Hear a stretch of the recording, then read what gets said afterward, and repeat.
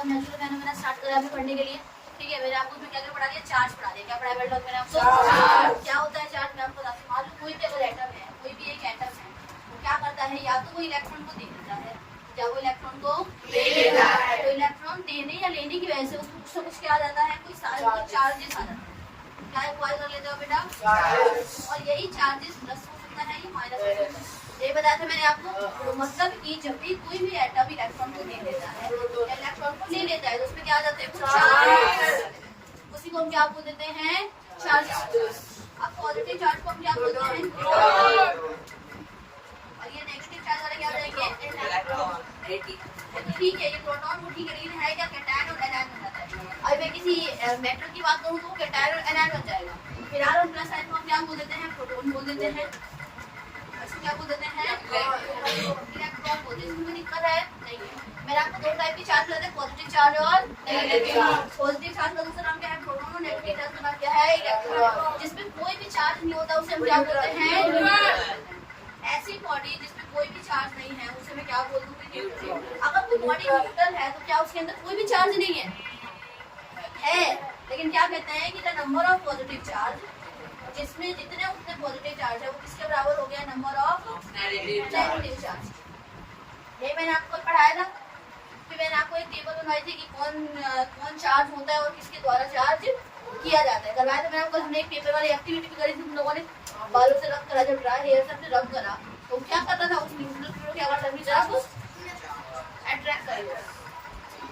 कल का तो हमारा बेटा देखो ये वाला टॉपिक था। आज जो हम पढ़ने वाले हैं इलेक्ट्रोस्कोप के बारे में। किसके बारे में पढ़ने वाले हैं, इलेक्ट्रोस्कोप। अगर आपको ये डायग्राम दिख रहा हो इलेक्ट्रोस्कोप का, तो इसमें क्या लगी पड़ी रहती है, एक ग्लास की डिस्क लगी पड़ी रहती है।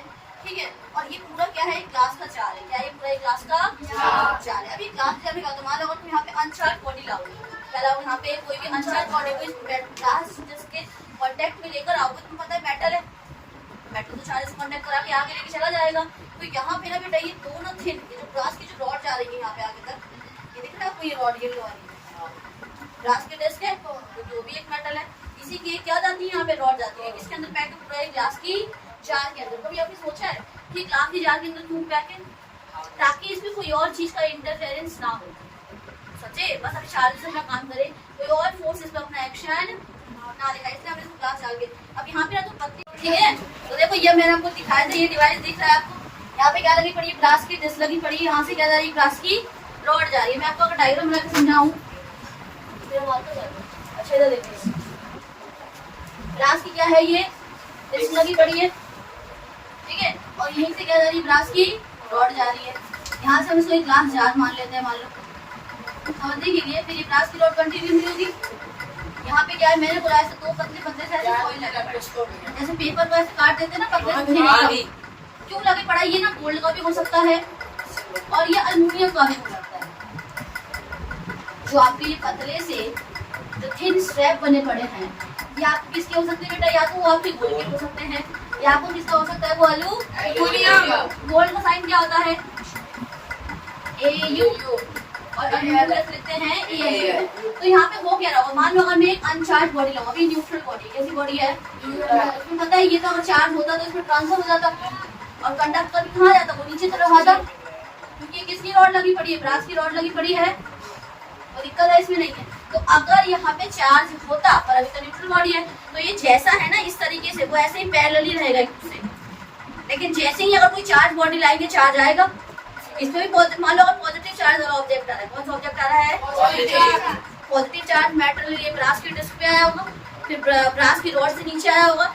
इसके बाद क्या हुआ होगा, आपको पता है, अगर इस वाले मेटल की प्लेट ने जो भी गोल्ड या की बनी पड़ी है, उस पर अगर पॉजिटिव चार्ज आ रहा है तो उसमें भी कैसा चार्ज आएगा, और तुम्हें पता है कि सेम चार्जेस क्या करते हैं एक दूसरे से, तो ये दोनों क्या कर जाएंगे एक दूसरे से। तो इन केस अगर चार्ज नहीं आता तो ये दोनों के दोनों जो एक प्लेट है वो ऐसे के ऐसे ही रहते हैं, और जब अगर चार्ज आ जाता है तो कैसे हो जाते हैं, ऐसे रिपेल कर जाते हैं, फार अवे हो जाते हैं, क्या हो जाते हैं एक दूसरे से।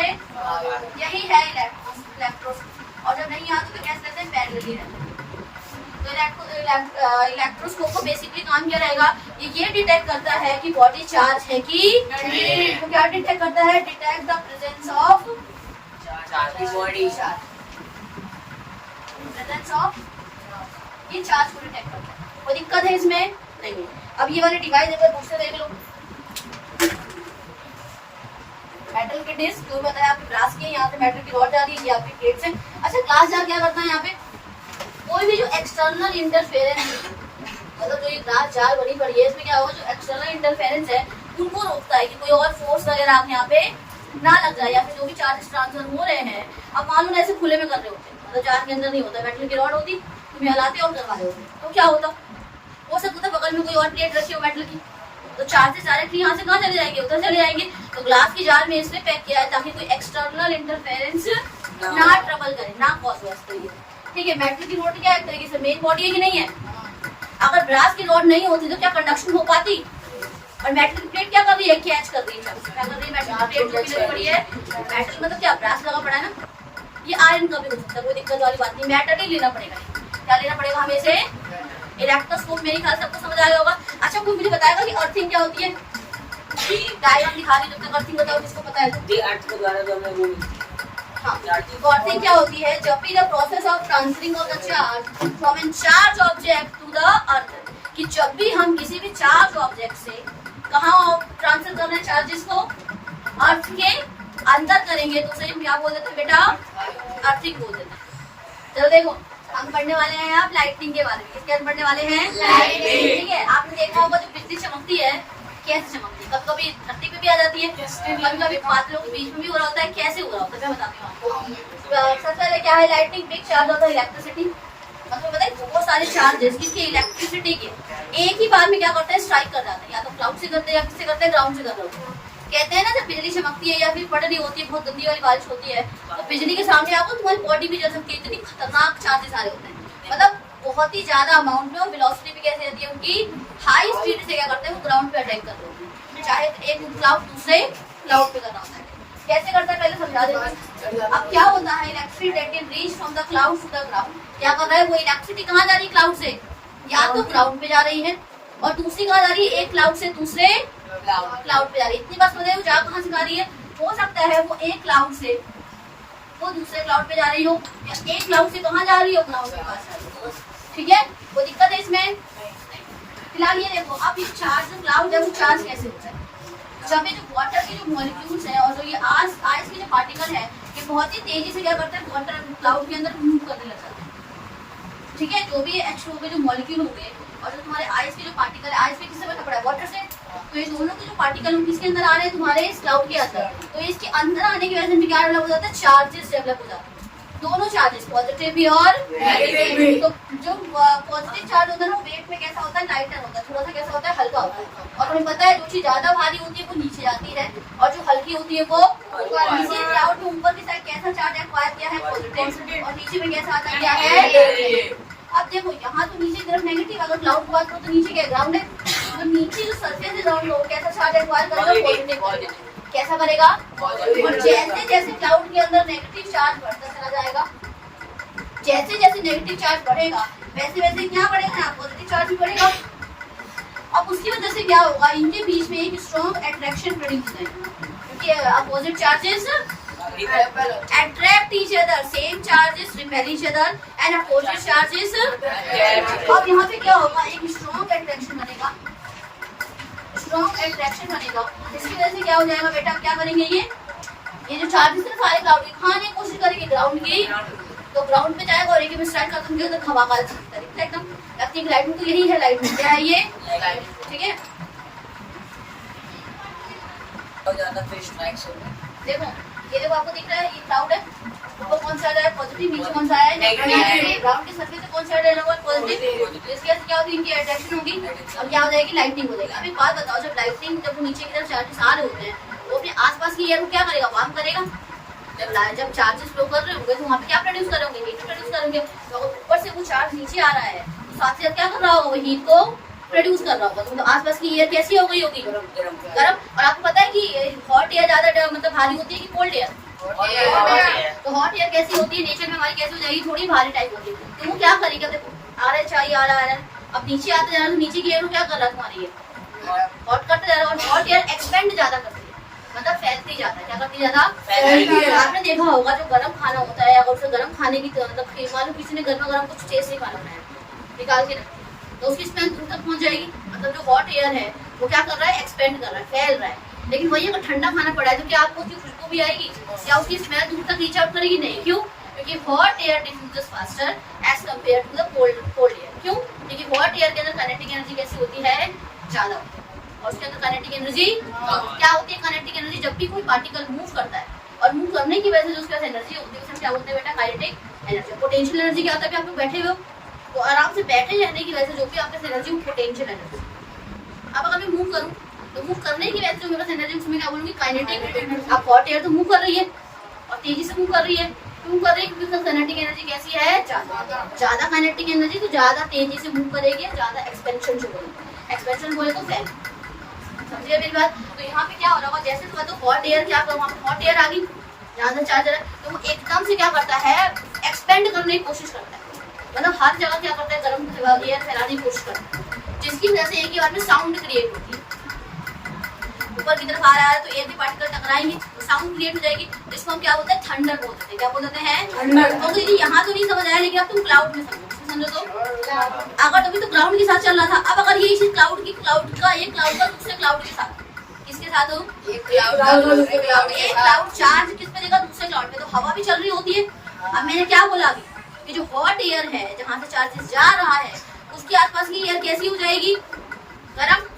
अब वो आसपास की एयर की मॉलिक्यूल को भी क्या करेगी, गर्म, तो वो तेजी से मूव करने लग जाएगी। और फिर क्लाउड भी देखो एक क्लाउड यहाँ, एक क्लाउड यहाँ है, तो वो क्लाउड मूव भी तो कराएगा, वो एयर मूव भी नहीं कराएगा। फिर वो आपस में क्या करेंगे, टकराएंगे। और टकराने की वजह से क्या होता है, कभी कभी मतलब मोस्टली क्या होता है, आवाज प्रोड्यूस हो जाती है, जिसे हम क्या बोलते हैं, थंडर। और देखो कभी कभी क्या होता है, जैसे मान लो आसपास अगर हॉट एयर है तो हवा तेज चल रही है, तो क्लाउड के अंदर चार्जेस ऐसे ही रहते हैं। तो क्लाउड के अंदर कैसे हो रहा है, क्लाउड के अंदर चार्जेस ऑलरेडी मौजूद है, तो चार्जेस अब क्या होंगे, दोनों क्लाउड के अंदर चार्ज है, हवा चल रही है, दोनों क्लाउड के टकरा गए और एक ही बार में क्या होती है, बिजली भी चमकती है आसमान के अंदर और आवाज भी आती है। तुम्हें लेकिन पहले क्या सुनाई देता है, तुम्हें पहले लाइटनिंग दिखाई देती है या तुम्हें पहले आवाज सुनाई देती है? क्यों? क्योंकि speed of light is greater than the speed of sound. 3 × 10⁸ पर मीटर पर सेकंड क्या है, स्पीड ऑफ लाइट है। इसीलिए हमें सबसे पहले क्या दिखाई देगी, लाइटनिंग, ना कि स्पीड ऑफ साउंड। पहले लाइटनिंग दिखेगी और फिर क्या दिखती है हमें, साउंड। ये क्वेश्चन वेरी वेरी जो आती है। तो लाइटनिंग क्या होती है, समझ आ गया?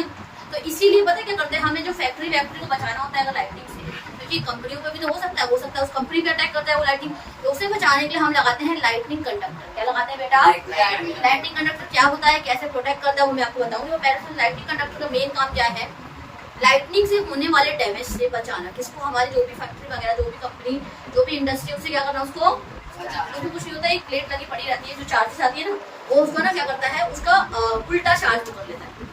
पॉजिटिव चार्ज मान लो आएगा ना, क्योंकि नेगेटिव चार्ज आएगा ऊपर से, तो ये कैसे चार्ज होता है, तुम्हारा नेगेटिवली चार्ज है मान लो तरीके से, तो उसको क्या करेगा, वो उसको दूर कर देगा। सेम चार्जेस पहले इच अदर। तो जब चार्ज इस पे आया ही नहीं, फैक्ट्री पे आने ही नहीं दिया उस मेटल की रॉड ने, जो भी लगे पड़े थे, तो कैसे वो हार्म कर जाएगा। अगर हाँ यहाँ नेगेटिव है, यहाँ पॉजिटिव है, तब तो डिस्ट्रक्शन हो जाएगी। अगर सेम चार्ज होंगे तो दोनों क्या हो जाएंगे, समझाने के लिए बता रही थी, लेकिन मैं बताऊंगी लाइटनिंग कंडक्टर क्या होता है। क्या करता है लाइटनिंग कंडक्टर, लाइटनिंग से होने वाले नुकसान से लाइटनिंग क्या होती है, समझ आ गया? ठीक है। थंडर भी कैसे प्रोड्यूस हो रहा है ये भी समझ आया। लाइटनिंग क्यों दिखाई देती है, थंडर को आवाज जो आ रही है, जब वो टकरा रहे हैं क्लाउड आपस, जब दो क्लाउड टकरा रहे हैं तो आवाज प्रोड्यूस होती है ना। और फिर मैंने बहुत कहता है कि लाइटनिंग पहले दिखाई देगी या थंडर दिखाई देगा पहले। स्पीड ऑफ लाइट कैसी होती है, स्पीड ऑफ साउंड से ज्यादा। कितनी होती है स्पीड ऑफ लाइट बेटा, 3 × 10⁸ मीटर पर सेकंड। हम पढ़ेंगे लाइटनिंग किसके बारे में, कंडक्टर के बारे में। ठीक है। अब देखो लाइटनिंग कंडक्टर क्या होता है, मान लो कोई भी कंपनी वगैरह कुछ भी है, इस समय किससे बचाना, लाइटनिंग से बचाना। देखो यहाँ पे ना एक मेटल की रॉड लगा देते हैं, क्या लगाते हैं, मेटल की। मोस्टली जो रॉड होती है उसके आसपास की इसकी कवरिंग होती है कॉपर, इसकी रहती है एक मेटल है तुम्हारा। ठीक है। तो अब यहाँ पे मान लो कोई भी चार्ज आता है तो ये चार्ज ले लेगा, चार्ज एक्वायर करेगा, नेगेटिव पॉजिटिव भी। अब ये जो तुम्हारी मेटल की रॉड है पूरी ऐसे जमीन से कनेक्ट होती है, इससे कनेक्ट होती है। और यहाँ पे क्या लगा होता है, एक टर्मिनल होता है, मेटल का ये प्लेट वगैरह लगी पड़ी रहेगी। तो इसने क्या करा, इसने चार्जेस को अपने अब ना ये कंपनी से भी ऊपर की तरफ लगा होता है, पता है क्यों? क्योंकि अगर फैक्ट्री पे गिर रही होगी तो जो ऊंचा सरफेस होगा फैक्ट्री का, मेटल अगर मान लो, जैसे मान लो वैसे बताऊंगा, मान लो फैक्ट्री यहाँ पे और मैंने मेटल की रॉड को लगाया है इतना ऊपर भी लगाया, क्या होगा अगर चार्ज आएगा तो पहले वो तो इधर ही अट्रैक्ट हो जाएगा सारा चार्ज, क्योंकि चार्ज को जिधर भी मेटल दिखेगा वो सबसे पहले सारा चार्ज वहीं चला जाएगा। तो यहाँ ना आके वो कहाँ चला गया पहले इसके पास, और ये तो पूरा ऐसे करके साइड से पूरा नीचे तक कनेक्ट है अर्थ से, तो यहाँ क्या हुआ होगा चार्ज यहाँ आया होगा, यहाँ से कहाँ चला होगा चार्ज ग्राउंड के अंदर चला गया होगा। मेटल की रॉड कहाँ कनेक्ट है, जो लास्ट वाला जो टर्मिनल है ग्राउंड से कनेक्टेड है ना, तो लाइटनिंग कंडक्टर ने इस तरीके से क्या कर लिया इसको प्रोटेक्ट कर लिया कि जो भी बड़ी सी जो बिल्डिंग है उसको प्रोटेक्ट कर लिया, और सारा चार्ज कहाँ चला गया ग्राउंड के अंदर। ये भी तो एक अर्थिंग वाला तरीका हो सकता है। और एक और चीज सुनो, इस लाइटनिंग कंडक्टर की वजह से होता बेंजामिन फ्रैंकलिन ने किया था, तरीका बेंजामिन फ्रैंकलिन ने किया था। कोई दिक्कत है इसमें?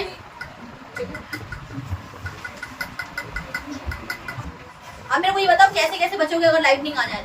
स्क्वायर शेप में बैठ जाए और हर एक मेटल की चीजों से अम्ब्रेला लेके निकल जाऊंगा लाइट क्या करेगा मुझे जला, मतलब मुझे क्या करेगा एक तरीके से इलेक्ट्रिक शॉक दे देगा, है ना। और बताओ क्या मैं घर में चला के छोड़ दूं? बाहर लाइट नहीं बोली मुझे, क्या मैं तो अपना टीवी खाली ग्राउंड में चलना, खाली ग्राउंड में। और बताओ आप पेड़ के नीचे बिल्कुल नहीं जाना। हाँ, और अगर मान लो मैं फ्रिज चला दूंगी मुझे ठंडा पानी पीने का, चलो ठंडा पानी पी लेंगे, वो भी क्या है मतलब कोई भी इलेक्ट्रिकल अप्लायंसेस ऑन नहीं होनी चाहिए ना। अम्ब्रेला लेके घूमना है कि भाग हो रहा है अम्ब्रेला से बच जाऊंगा, नहीं तो जो हाल हुआ ना कोई नहीं बता पाएगा, ठीक है। तो ये सारे तरीके जिससे हम क्या कर सकते हैं लाइटनिंग से बचा जा सकता है। अच्छा क्वेश्चन आ जाए कि अगर हमें कंपनी वगैरह को बचाना है किसी इंडस्ट्री वगैरह को, तो हम क्या इस्तेमाल करेंगे? लाइटनिंग कंडक्टर का इस्तेमाल करेंगे। कौन सा साइंटिस्ट ने दिया था ये? बेंजामिन। अच्छा जो रॉड लगी पड़ती है तो किस चीज स्ट्रिपिंग होती है? कॉपर। इसकी रहती है और कहाँ से कनेक्टेड होता है? जाके ग्राउंड से कनेक्टेड होता है। कोई दिक्कत है इसमें? बाकी अर्थ